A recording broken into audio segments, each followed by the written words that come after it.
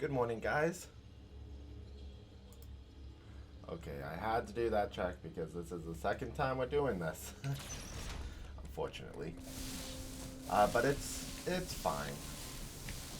Oh, it's better to go back and do it again and have the audio than it would be to go back, not have, or not go back, not have the audio, and then when I go to post this stream to YouTube, it doesn't exist. I'm gonna let this cutscene play out just like I did last time. Uploading data. It appears your Metroid DNA has caused you to become a Metroid. Ordinarily, this would have happened immediately after the DNA transplant.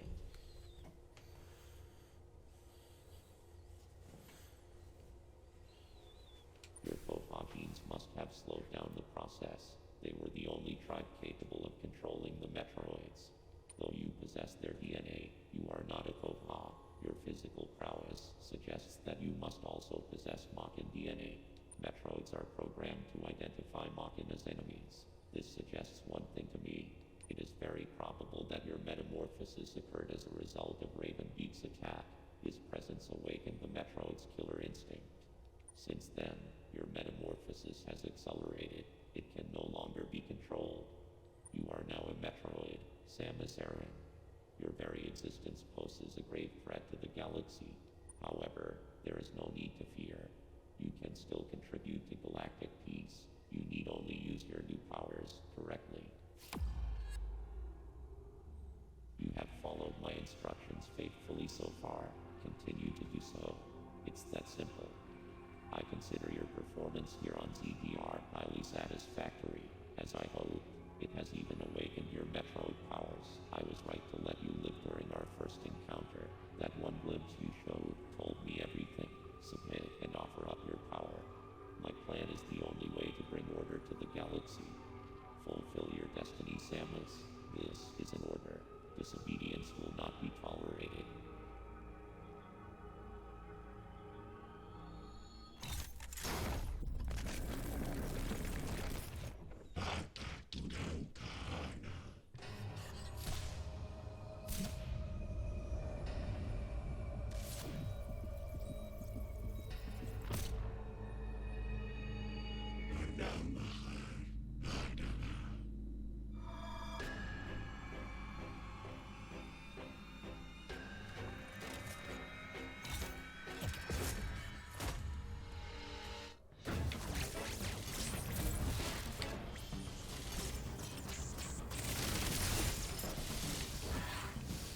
So there's a bit of lore to discuss.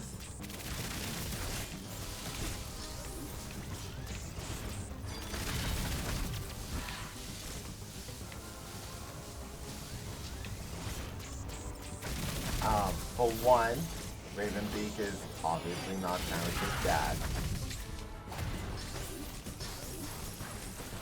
But Raven Beak is the Machin tribe Chozo that gave Samus DNA in order to help her live on, I believe the planet is Zebes, and survive the atmosphere. The battle with Raven Beak is not about doing damage. It's about doing cinematic events.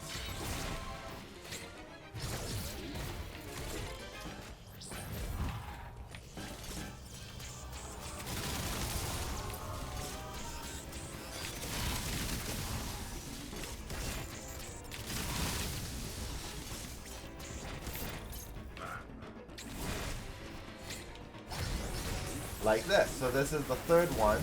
So we're going to be entering phase 2 of this battle, where in my first run of this, before getting all the items, we were using beam shot. Don't use beam shots. During my research of trying to figure out how to battle Raven Beak, every text-based guide said, use beam shots. You won't have time to use missiles. That's not true. Use missiles. You don't have to use storm missiles. Slide underneath the horizontal slash attack.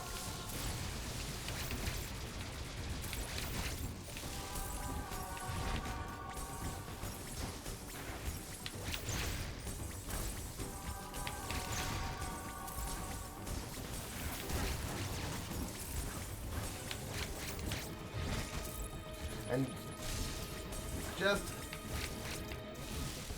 kind of be aware of what you're doing.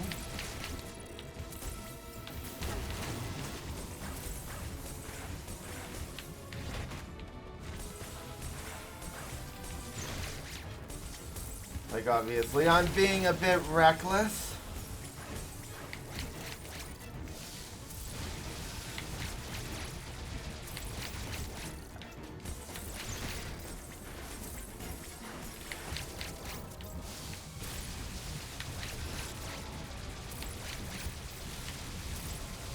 And also, don't think that because you've gone around in a single loop,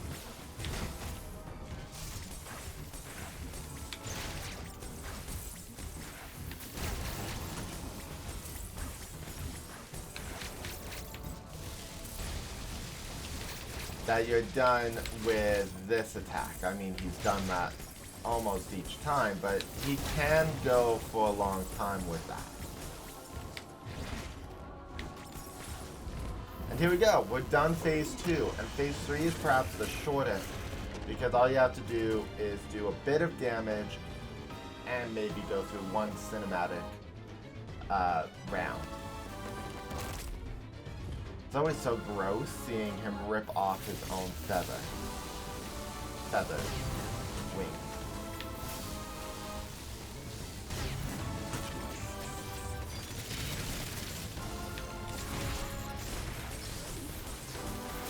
So already jumping into a cinematic attack sequence. The only time you can get into one of these is by blocking his red charge now. He does not do the taunt. When he pulls out the sun, pull out the power bomb if you can get out of.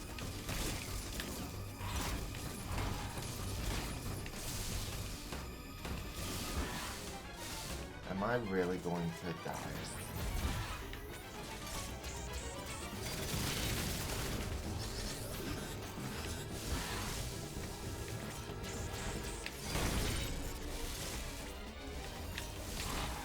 I don't have ability to counter that this time.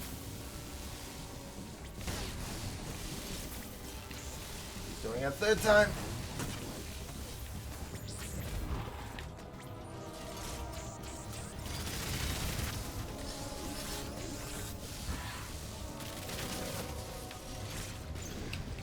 Okay. Power bomb.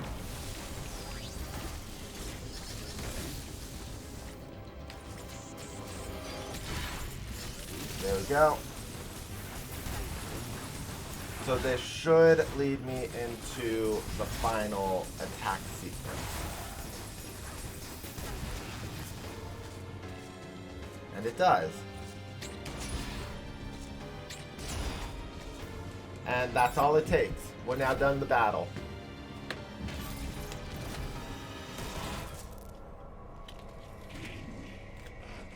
Did you truly believe you could defeat me? You overestimate yourself. You no longer serve any purpose. Even your Metroid DNA is no longer necessary. Do you want to know why?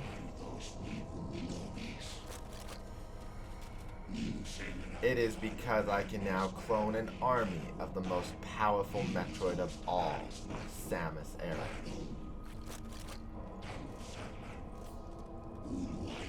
No one can stand in my way, not even you.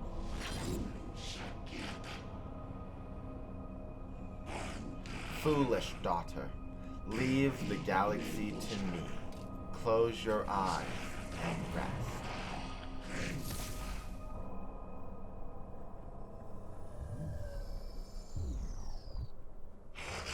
Power is everything.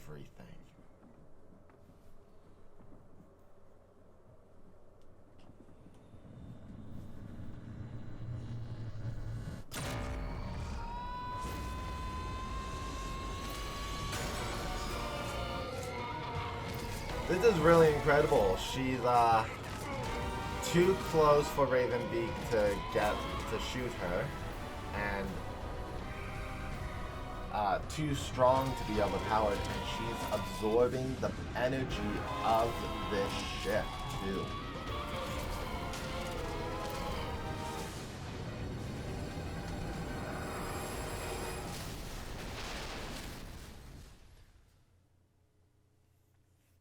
Now this is the last power-up of the game.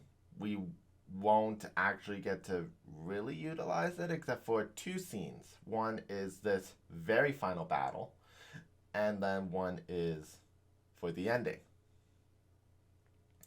We are introduced to the Metroid suit.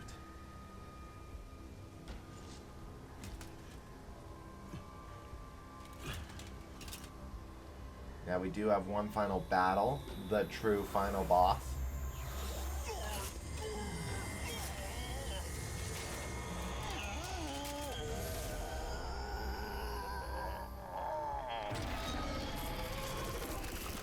And this is the coolest boss, because this X-Parasite must have found Kraid's dead, dying body.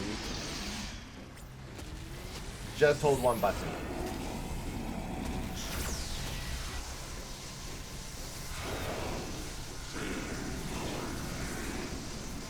This is definitely just a cinematic boss, and I'm too afraid to actually just let it go.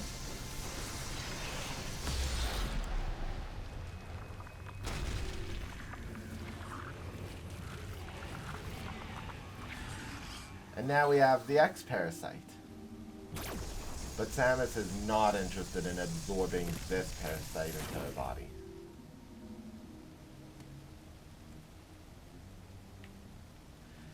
And now we have an escape sequence.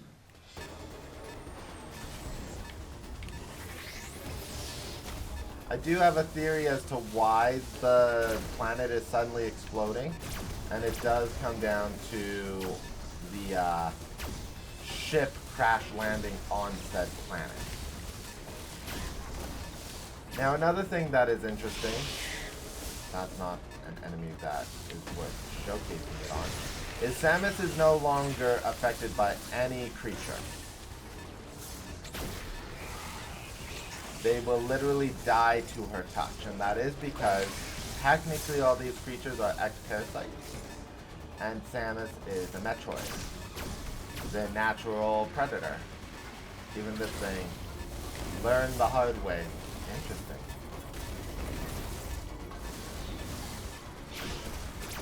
You do have to go down.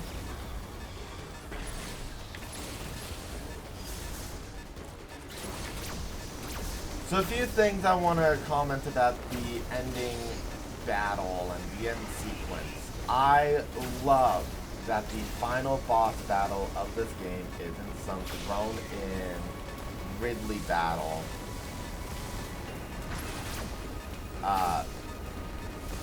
Not saying that Metroid Samus Returns was bad for doing that.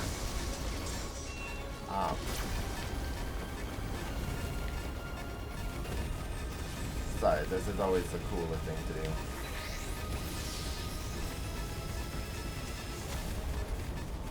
You can just spin jump, but I don't like doing that there. I love that we got to see Chozos not only as allies, but as villains too. In every Metroid game that I've played, Chozo are always these enigmatic creatures that have helped and build these societies. So, you will drain the ship of its energy.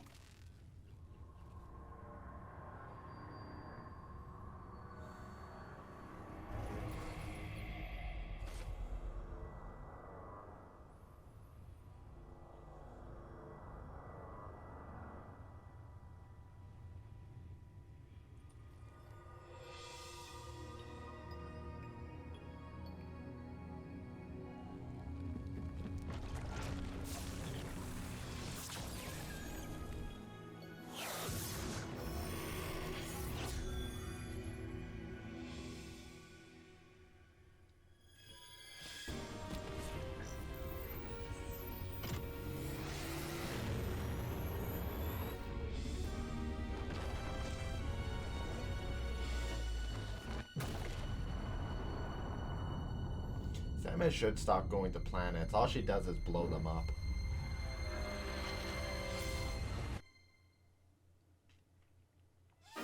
Anyways, yeah, Chozo have always been this enigmatic creature. They built the Sky Town on Elysia. They aided in the Bionic War thing on Brio. They made a home on Talon 4 that, when we arrived, was in ruins. They met with the Luminoth on Aether. They had a planet, a homeworld planet on Zebes, but we never actually got to see any Chozos there in Super Metroid. And SR388 was a Metroid planet that, from the narrative of this game, was more of a military planet of the Chozo to build the Metroid race. So even then, we still didn't get any Chozos. I love that we finally get in-canon, in-game Chozos in the real world, in living and breathing. They're not some extinct race of the galaxy. Some thoughts and theories that have come to my mind during this gameplay. Let's start with Adam Malkovich. I've seen the conversations from Nintendo saying, oh, Adam Malkovich is not going to be this story-driving character. He's not going to tell Samus to do much. That's not the part that I care about. The part that I care about is that they still brought back Adam Malkovich. I like that they're still tying in elements from previous games into this game. Adam Malkovich was a story plot device introduced in Metroid Fusion as an AI, and then he was given full body and flesh in Metroid Other M.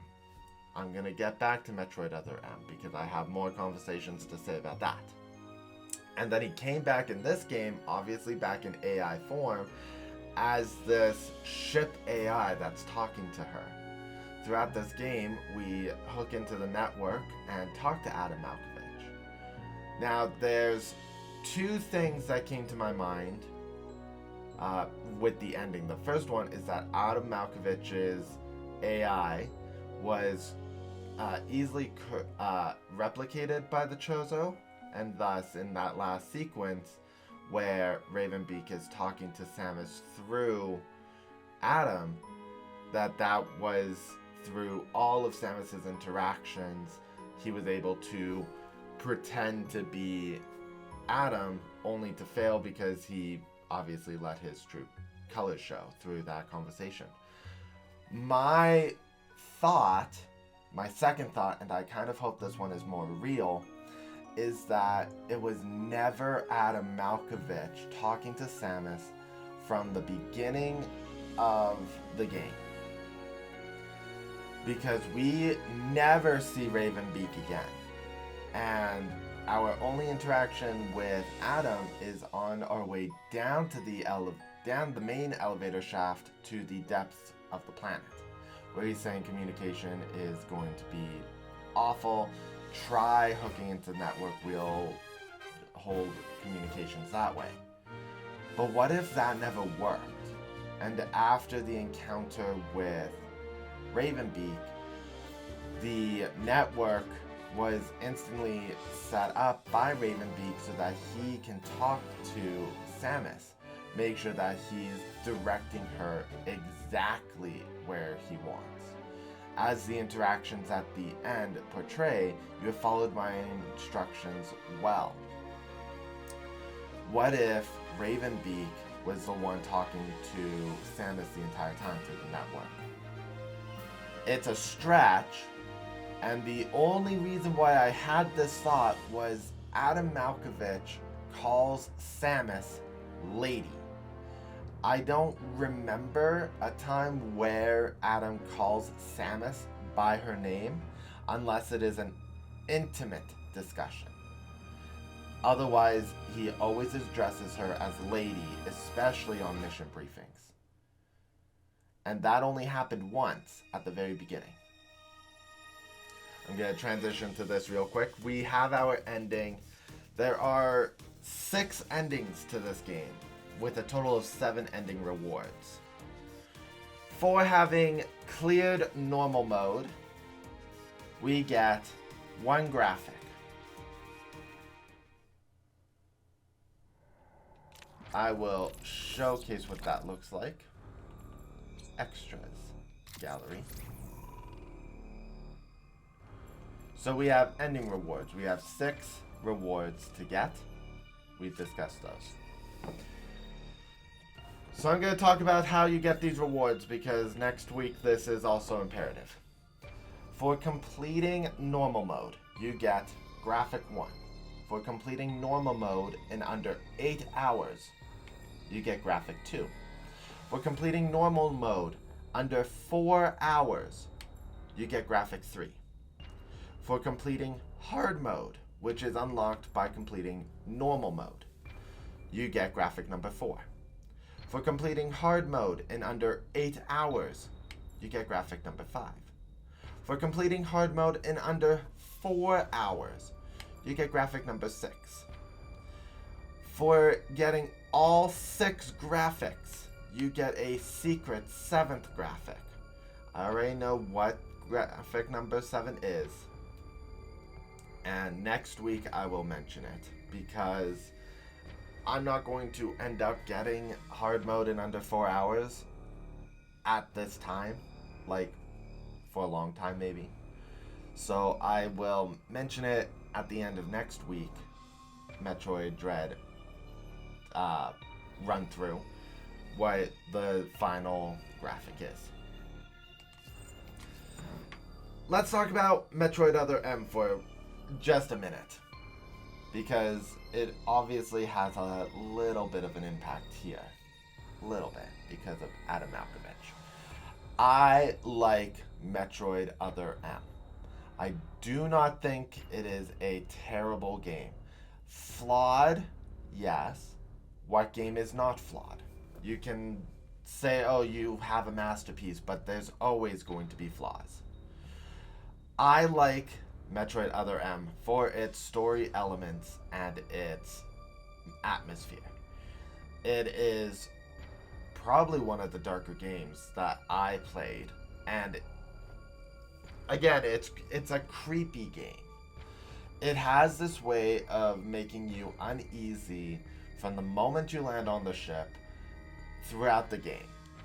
Your only allies are the Galactic Federation, and at some point, you don't even get to have that trust with the Galactic Federation troops that are on that ship, because someone is killing them all.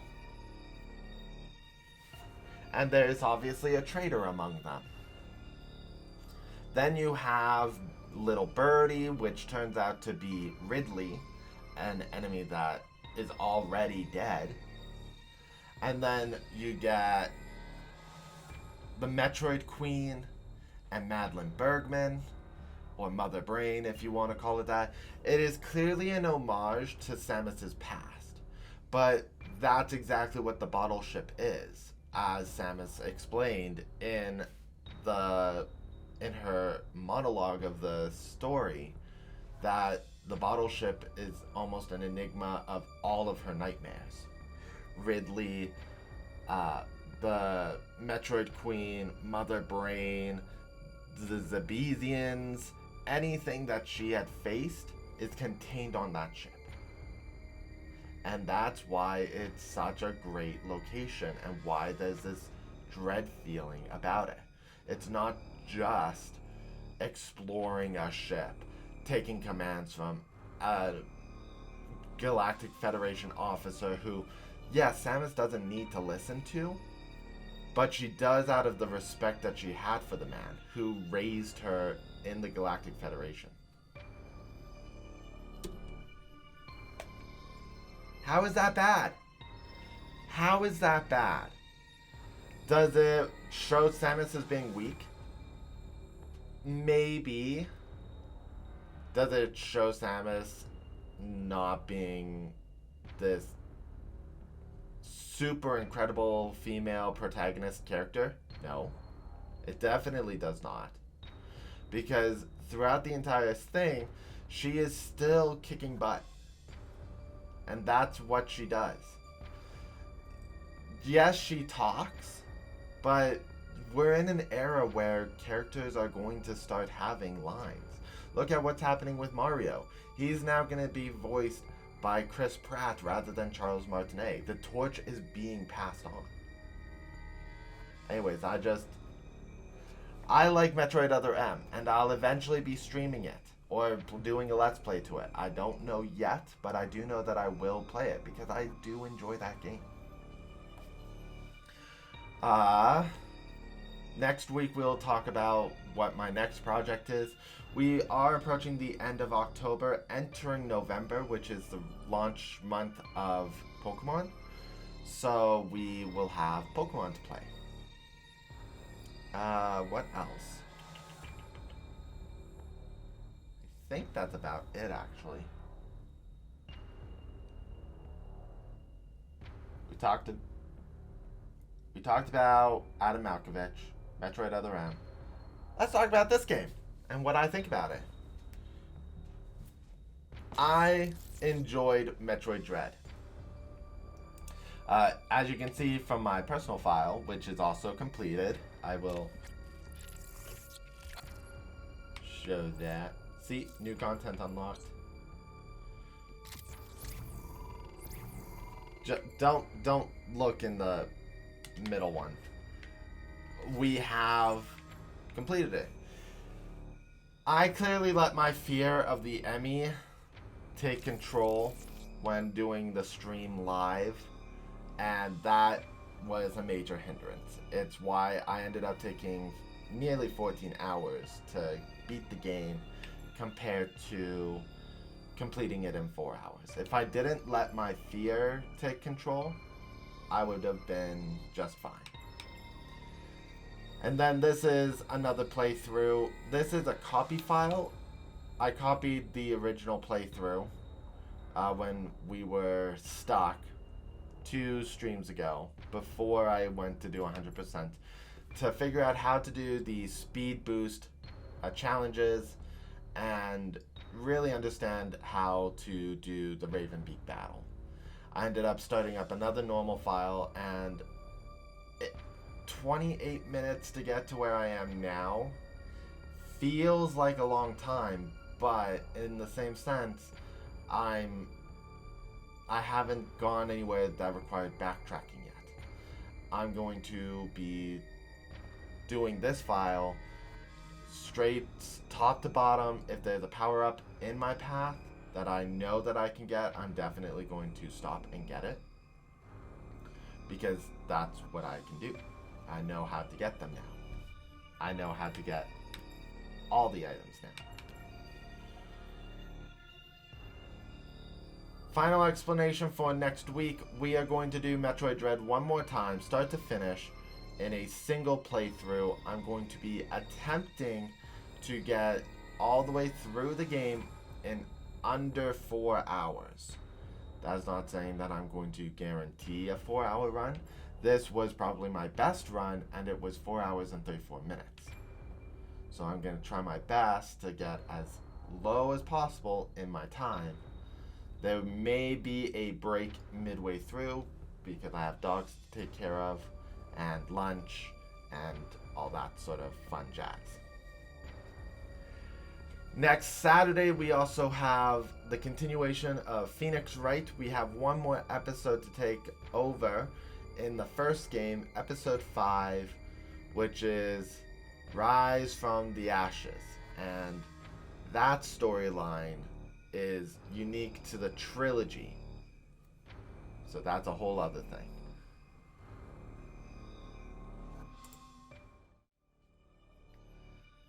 We're gonna jump to the end. And that's it for today's playthrough. Thank you so much for joining me. I know that this is a shorter stream. I know that we had to redo this stream because of audio. But I'm glad that we still came back and did it, because now I can get all the parts done to the Metroid Dread series to post onto YouTube. If you guys are excited to see that, that will be coming out this week, starting with the first episode coming out later today. I hope you guys enjoyed that. For this episode, we're looking at about 8 days from now, so when you guys get this message, it happened 8 days ago. It's gonna be fun. Thank you guys for joining me, and we'll see you guys in our next stream. Bye.